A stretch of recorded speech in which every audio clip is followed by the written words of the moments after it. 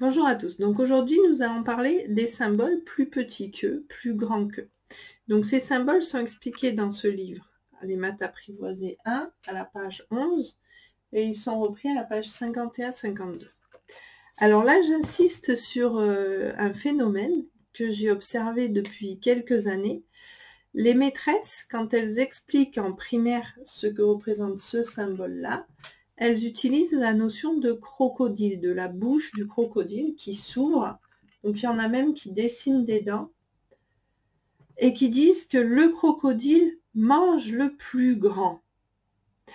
Alors, c'est assez surprenant, mais il y a beaucoup d'enfants très logiques qui disent qu'est-ce qui se passe? Le crocodile, il mange le plus grand. Du coup, le plus grand, il est dans le crocodile. Ce qui n'est pas tout à fait faux, en fait. C'est une mauvaise interprétation de la phrase. Et la phrase, c'est vrai qu'à quelque part, elle prête un peu à confusion. Donc, je vais vous expliquer comment, moi, j'explique à la page 11, puis après à la page 51-52, le symbole. Alors, voilà ce symbole-là. Donc, je ne sais pas si vous connaissez les Dalton. Donc, dans les Dalton, il y a Joe, qui est le plus petit.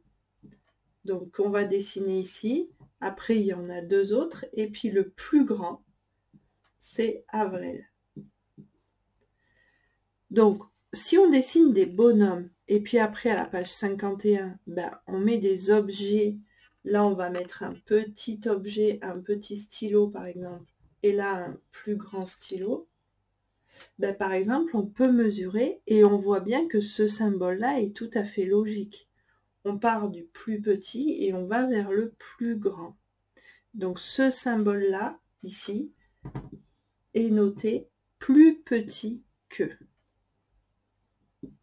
Petit que. Celui-là va être plus petit que celui-là.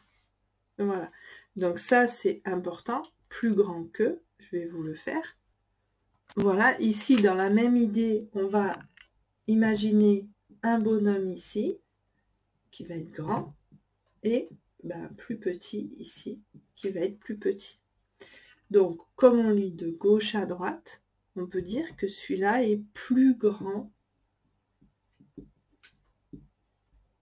que celui-là va être plus grand que celui-là. Voilà. Donc, c'est important. Et c'est vrai que cette phrase de crocodile, c'est assez souvent que je le vois de plus en plus. Donc, je pense que c'est important de le réaliser. Donc, je vais vous parler maintenant de l'ordre croissant et de l'ordre décroissant. Donc, l'explication est reprise à la page 51. L'ordre croissant. Qu'est-ce qu'on fait? Donc, je fais bien remarquer aux enfants, qu'est-ce qu'on fait? Eh bien, on lit de gauche à droite, dans ce sens. Notre bouche est fermée et on dit croissant. Donc, ça va être du plus petit au plus grand. L'ordre croissant. L'ordre décroissant, c'est l'inverse, ça va être du plus grand au plus petit. Voilà. Donc, c'est des petites astuces mémotechniques. Mais les maîtresses, faites attention aux crocodiles parce que c'est souvent que je vois ça. Et c'est vrai que c'est pas une mauvaise idée, mais ça prête trop à confusion. La phrase peut prêter à confusion. C'est des élèves qui me l'ont fait remarquer. Je pense que c'est important de le signaler. Bonne journée. Au revoir.